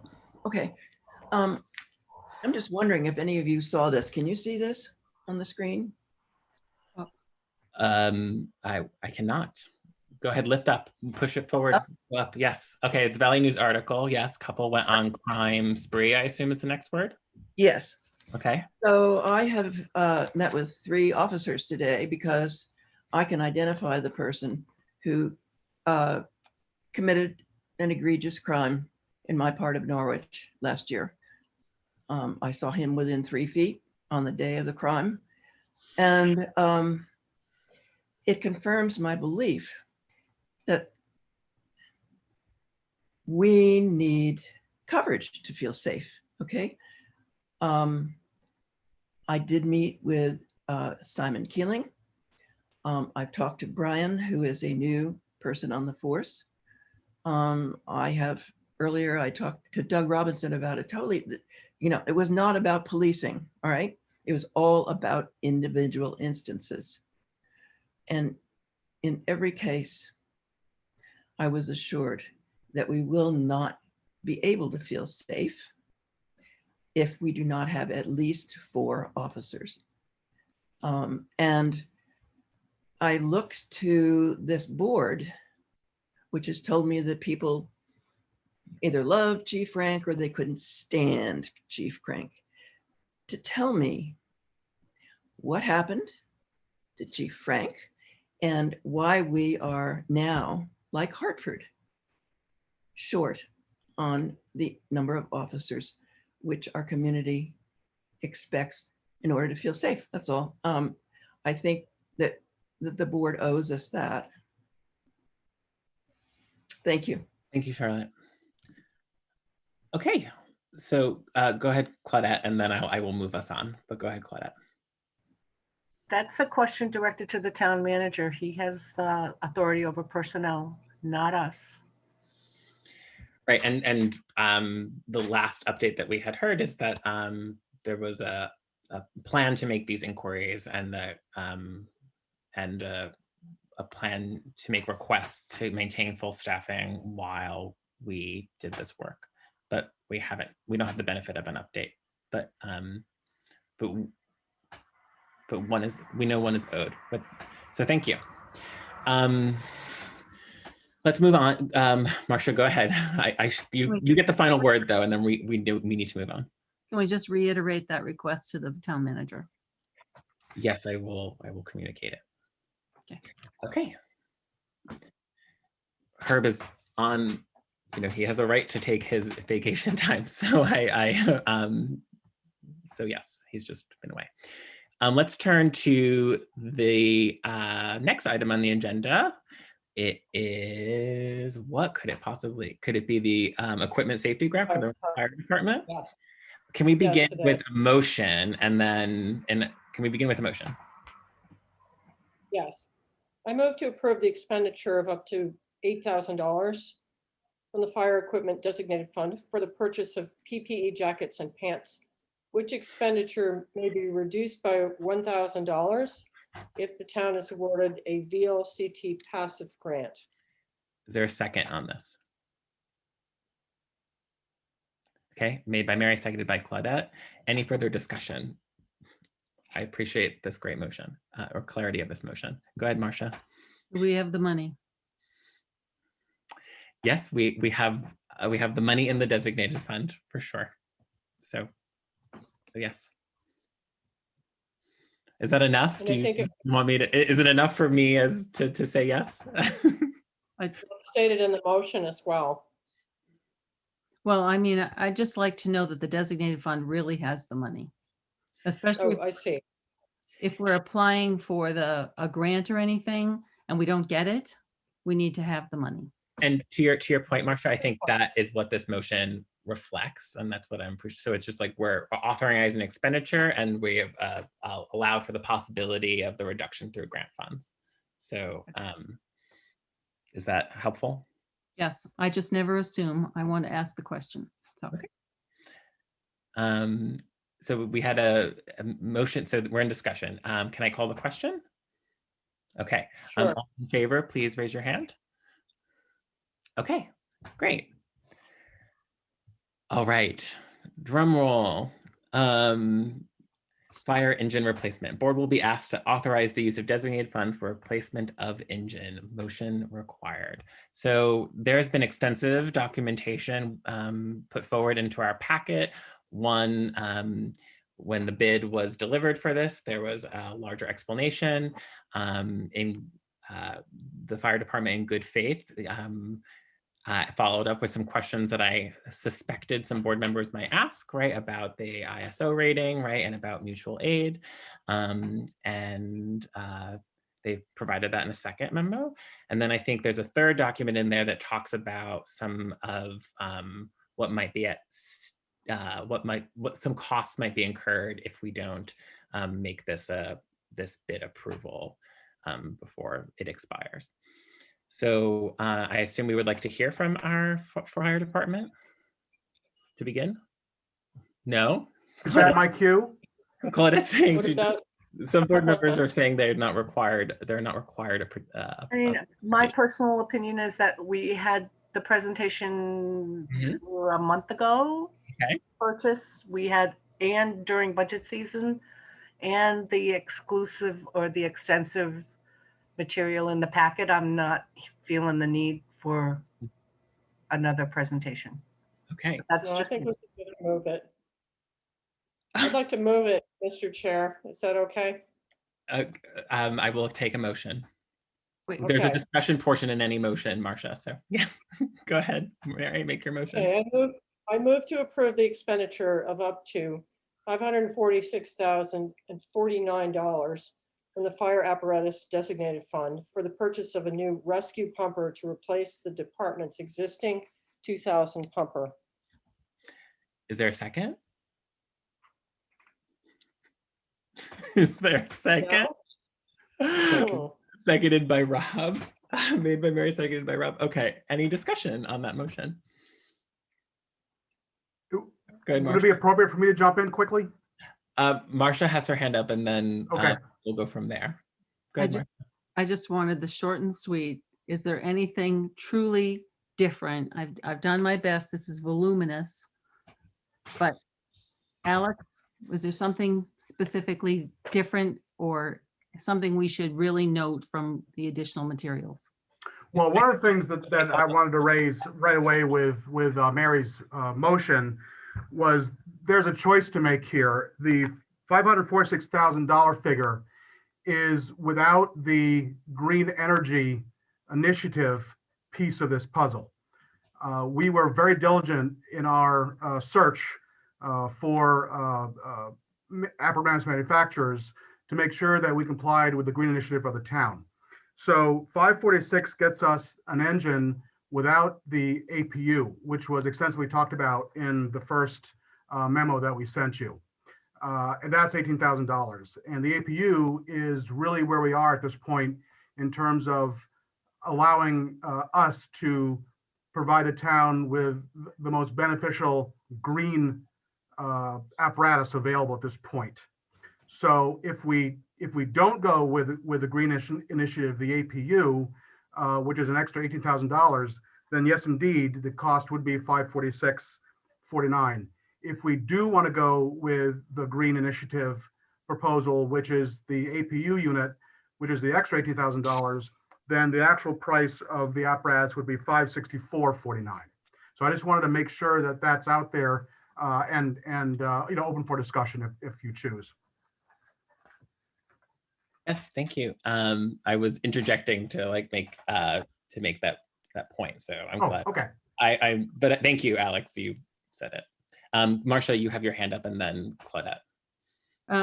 I just remember from the prior material that there's some problems with electrifying apparatuses like these. And so even though we want to be as green as possible, I also want to be as safe as possible. So I'm just wondering is it safer to not have the APU? No, I don't think this is an instance of safety. The APU really has to do with power consumption on the engine, and it's not really a safety measure. Thank you. Okay, Claudette, you had your hand up. I just wanted clarification of what was the price with the APU? The price with the APU is $564,049. And if I'm understanding the APU correctly, it will instead of having your engine running to use the pump, it No. will run off the APU or Right. run. Right. Nope. So if I may, so what the APU does is a fire engine spends a lot of time idling. Right. And so what the APU does is once the engine reaches a certain idle, then the engine shuts off and lithium ion batteries kick in to power the Okay. lights, the scene lights, all that kind of thing. Okay, And once you then are in motion, the engine kicks back on. So there is a reduction in the amount of power used and greenhouse gas emission. and how long does the APU go for? In terms of hours? In terms of on the scene of something, Yeah, or in terms of the lifespan? no, not the lifespan, in terms of how long will it run your lights and, A maximum of 2 hours. 2 hours, okay. Yep. So that cuts out 2 hours of idling time. Correct. There you go. Mary? A question for Alex. Sure. In the, of what would be saved, I seem to remember a figure of 67 gallons of diesel fuel. Is that sort of an average over the year, or would that be per incident? No, I think that'd be for the year. Okay, so we'd have to weigh out the 67 gallons of diesel fuel versus the price too. You know, it's the green part, but it's also that, I think that's, you know, practically speaking, that's what you would be replacing. And I couldn't tell you how many tons of greenhouse gas that is, or, you know, that's just a judgment call for us. But I think that's basically what its capacity is and what it would save. Go ahead, Marcia. So I'm just wondering, realistically, does 2 hours mean anything? I mean, if you have a involved fire, is an APU that runs for 2 hours really going to do anything, or are you going to just have to run Well, the engine for 10 hours? right. Well, in an involved fire, the APU wouldn't kick on because the pump is in gear. Oh, okay. Right. So the APU only kicks on when we are truly idling. In other words, the pump is not engaged. We're sitting. We may be doing an investigation. We may be doing an auto extrication where the pump isn't engaged, but we have an extended period where we need scene lights. That's when it really becomes beneficial. If we're on the scene of a structure fire and actually have the pump engaged and are pumping water, then the APU does not come on. Thank you. Matt, did you have a point that you would like to add to? Matt Sweat? Yeah, thank you. Yeah, I would like to go back to the fact that it only saves about 67 gallons of diesel fuel a year, which over the course of a payback period for $18,000, it's about a 96-year payback period. So in good faith, we were trying to look at all the ways that we could look at green initiatives, including running all battery-powered tools, which we'll be putting on this truck. And but this one seems to be an awful lot of money for what seems to be a very small payback. And I think that the general consensus was that the fire department didn't support the $18,000 price tag of the APU. Thank you for that clarity, Matt. Mary, go ahead. I really appreciated the analysis that the fire department gave about the feasibility of using electric trucks and pointing out that technology is still very new. And also I was so struck by the energy density of diesel fuel that is so difficult to find with an electric vehicle, something that can give the power that's needed that sort of takes up a small amount of space.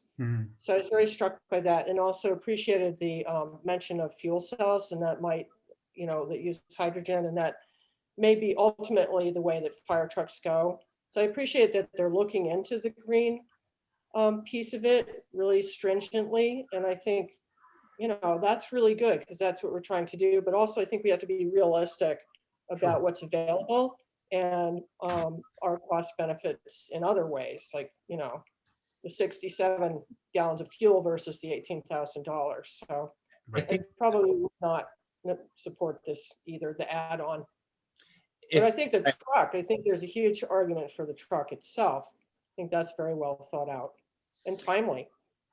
If I may too, Mary, I think the report did mention the truck's capabilities for biodiesel. So if, and correct me, Matt and Alex, so if, let's say, the Article 36 task force longer term, maybe after they get through their report to us in August, decide that that we might want to pilot the procurement of biodiesel for fossil fuel or for greenhouse gas emission reduction, that this would be a vehicle that would be able to take that. Is that right, Alex or Matt, or have I mischaracterized this?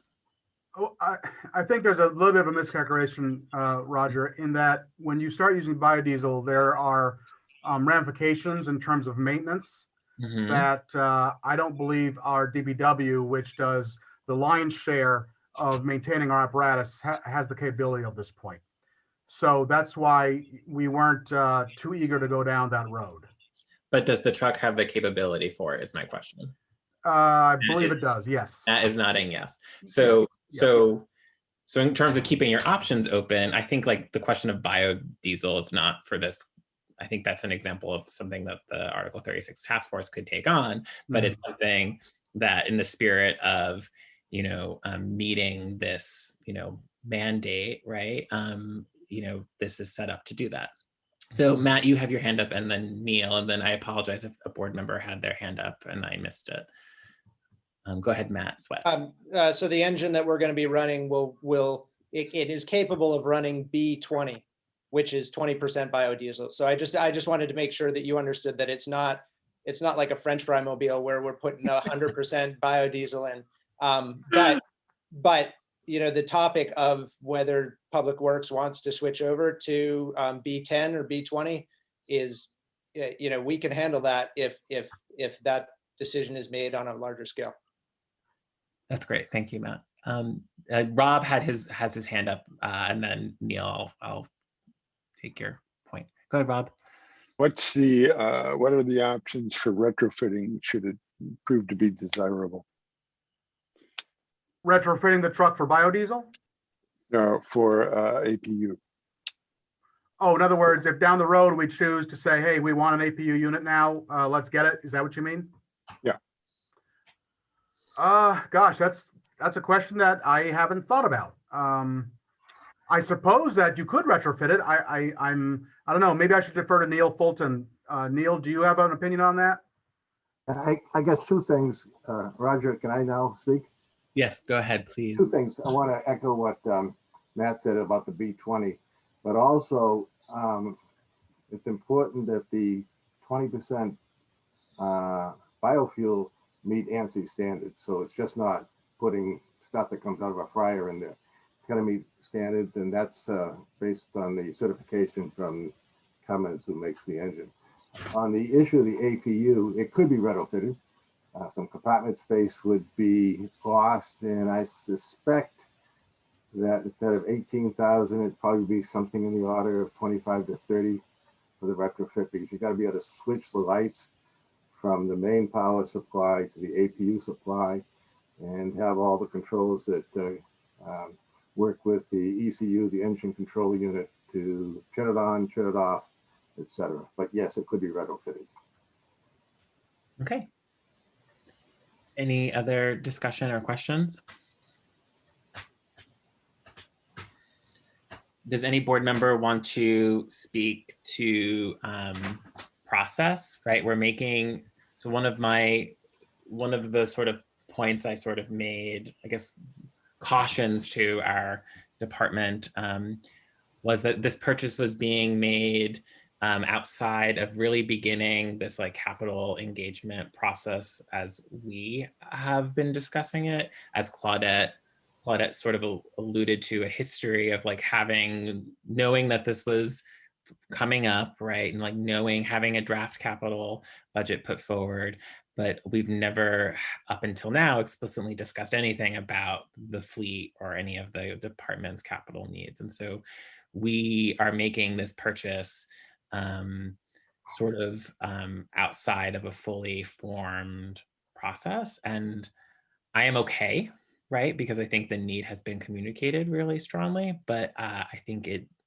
I do want to make that rhetorical point. Similarly, we don't have the benefit of the Article 36 task force looking at some of these questions. I think the department has taken it on, which I appreciate, but I think we've lost an opportunity to engage our citizenry, our volunteer citizenry a little bit because of the timing. And so I think this can be rhetorical, but for folks who are noting, right, that we're making these purchases for designated funds without sort of a full plan, we know, and we are doing the work, right?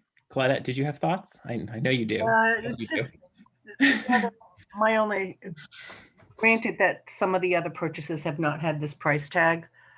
We've made DPW purchases, police department purchases. Yep. And it's all because we have not had the benefit of a capital budget. Right. So, so there you go. Yes. But we are committed to that process, and this is coming the beginning of that process rather than at the logical conclusion of that process.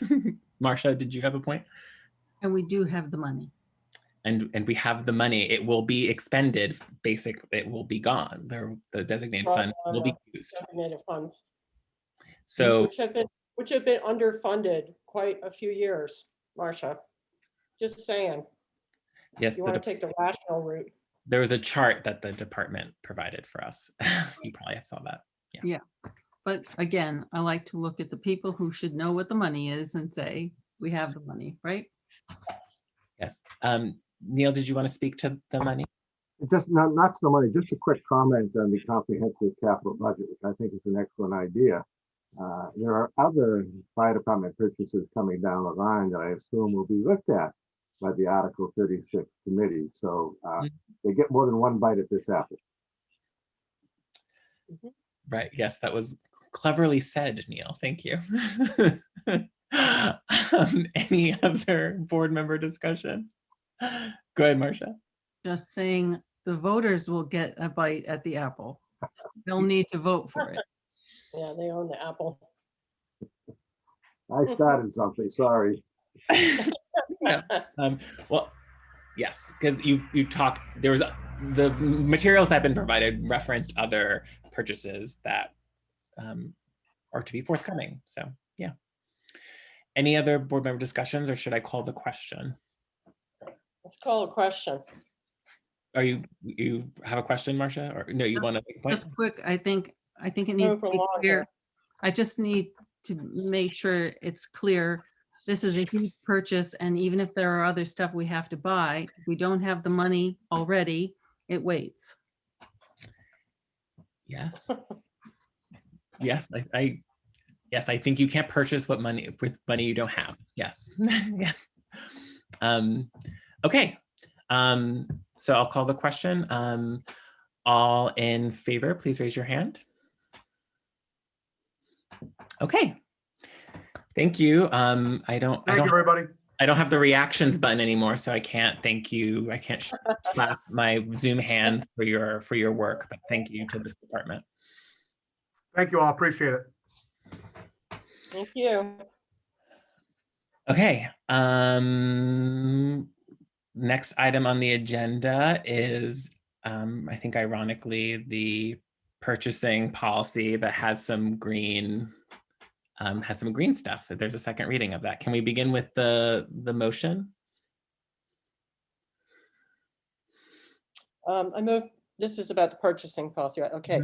Move to accept the second reading of the purchasing policy and to adopt said policy as revised and included in the select board meeting packet. Is there a second?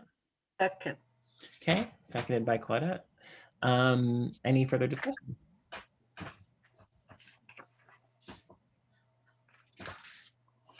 I thank Marcia and Rob for the work. All in favor, please raise your hand. Okay, thank you. Is that it? Yeah, because Cornetto is Okay. ahead. Claudette. Roger, for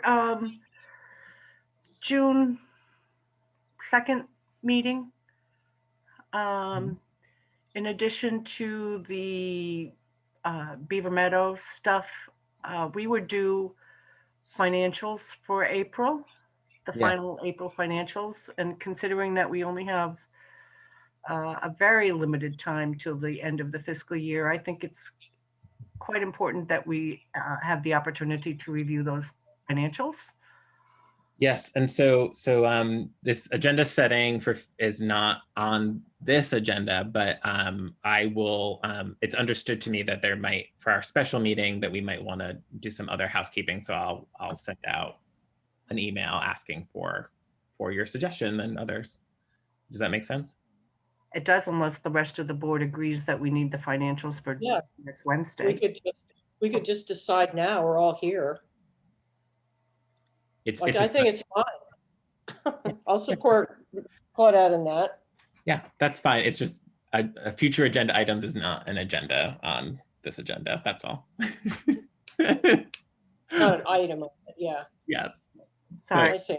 Okay, it's okay. I'm just. So now I'll move to adjourn. How's that? No, No, go ahead, Marcia. just because I was late, I apologize again. June 2nd meeting is particularly about the Yes, Beaver Meadow. yes, Beaver and Meadow. phase 2 scoping grant. We had some questions to clarify. Yeah, and discussion. So board member can send the concerns, which I can take up with Herb when he's back, and that'll prepare us for that June 2nd special meeting. Okay, thank you. Yeah, no, thank you. It would make sense that you should know about a meeting that we agreed to have. Okay, is there a motion? I think Claudette made a motion to adjourn. Is that right? I did. Yeah. Okay, is there a second? Second. Okay, seconded by Marcia, I believe. All in favor, please raise your hand. Okay. Roger, my gosh, we're on. I'm shocked. Wow. I did it. We're on time. Thank you everyone for your work. Okay, Thank you. see you. All right. Thank you. Good night.